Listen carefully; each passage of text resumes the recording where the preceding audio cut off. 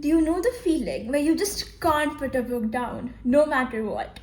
Well, every reader knows that that's the sign of a good book. And Not Quite Dead Yet is the best example of that book. I'm Anaya Gupta, and in today's video, I'll be reviewing Not Quite Dead Yet by Holly Jackson. Okay, so just in case you don't know who Holly Jackson is, I'll name a few of her books: A Good Girl's Guide to Murder, Five Survive, and The Reappearance of Rachel Price. And her latest book, Not Quite Dead Yet. So I'm going to begin with a brief storyline of Not Quite Dead Yet. Don't worry, there are no spoilers. So this book is about a 27-year-old girl named Jet who always says she's going to do things later. But then she meets with this tragic accident where she only has 1 week to live. And that accident was no accident. It was actually attempted murder. Or well, it was actually murder because she's going to die in 7 days. So now she needs to solve the mystery to find out who murdered her before she dies. So if I talk about the characters in this book, they're well written, very well developed, and overall the storyline of this book was very good. The characters were relatable, nice, they were complicated, they had their positives and their negatives, which was one thing I really loved about this book. I also really like Holly Jackson's writing style. So it's a really interesting kind of writing style which creates a foreboding mood. So I love the writing style. And overall I would say this book is really good.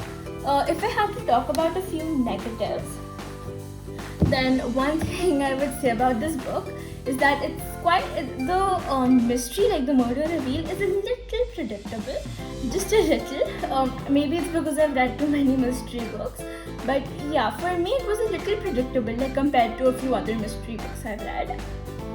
The theme and characters are well chosen, but one aspect of the motive for murder is also very commonly used, which is one thing that I feel could have been changed, but otherwise it was really good, the entire book. So for the age rating of this book, next we have the age rating of the book.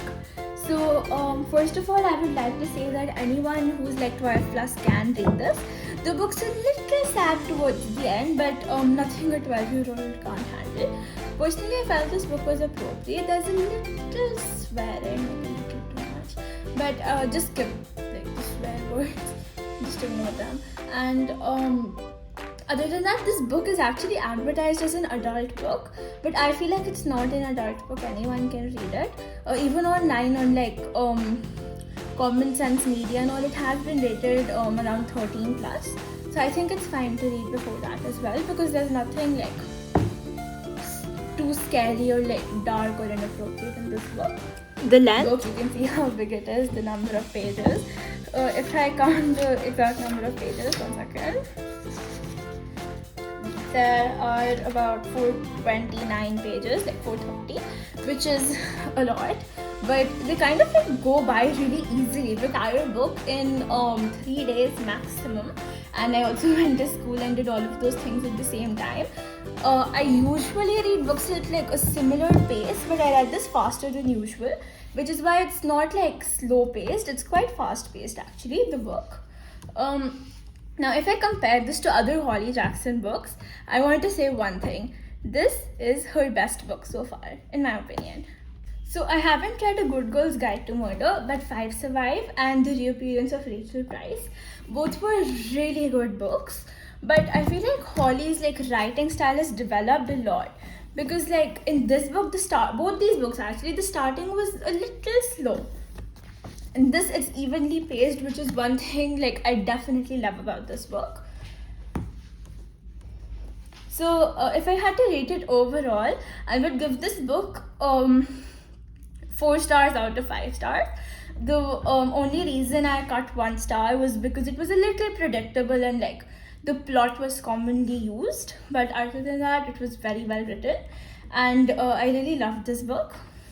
Even on other apps, the rating is around 4 stars only. So I feel the perfect rating for this book is 4 stars. And in the end, I would just say you should definitely read Not Quite Dead Yet, because it is a very good book.